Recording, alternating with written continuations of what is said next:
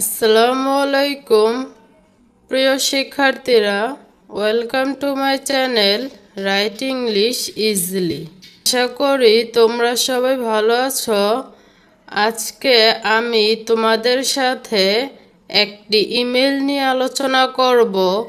ইমেলটির বিষয় হচ্ছে bad effects of smoking. তোমাদের সুবিধার্থে ইমেলটি আমি আগেই লিখে নিয়েছি, এখন লাইন বাই লাইন তোমাদের কাছে এক্সপ্লেইন করব। ফ্রম parokabdullah@gmail.com, এখানে নিজের নামটি দিয়ে দিবে। টু prapoknurullah@yahoo.com, এখানে যার প্রতি ইমেলটি লিখতে বলবে তার নামটি হবে। সেন্ট 27 মে 2026 সানডে 10:30 AM, প্রেরণের সময় যেদিন ইমেলটি লিখবে সেদিনের তারিখ, বার এবং সময় দিয়ে দিবে। সাবজেক্ট বিষয় ব্যাড ইফেক্টস অফ স্মোকিং, ধূমপানের খারাপ প্রভাব।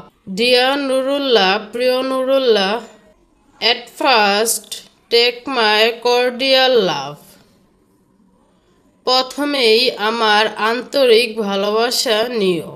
I hope you are well by the grace of almighty Allah, আমি আশা করি তুমি আল্লাহর রহমতে ভালো আছো। আই এম অলসো ওয়েল, আমিও ভালো আছি। হাউএভার, যাই হোক, I am very sorry to learn about your addiction to smoking. তোমার ধূমপানের আসক্তি সম্পর্কে জেনে আমি খুবই দুঃখিত হয়েছি। এখানে এডিকশন শব্দের অর্থ আসক্তি, স্মোকিং শব্দের অর্থ ধূমপান। Smoking is a bad habit, ধূমপান একটি খারাপ অভ্যাস। এখানে হ্যাবিট শব্দের অর্থ অভ্যাস। It waste not only money, এটি শুধু টাকাই নষ্ট করে না, but also destroys health and time, স্বাস্থ্য এবং সময়ও নষ্ট করে। এখানে ওয়েস্ট শব্দের অর্থ নষ্ট করা।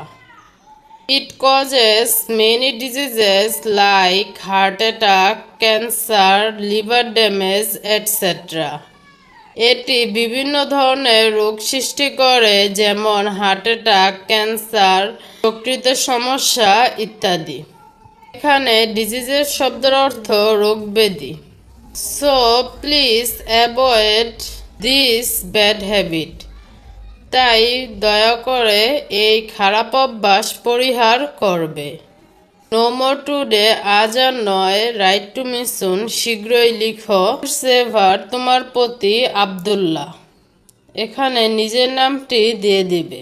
সো শিক্ষার্থীরা, আমি চেষ্টা করেছি ইমেলটি খুবই সহজভাবে লিখার ও তোমাদেরকে বুঝিয়ে দেওয়ার।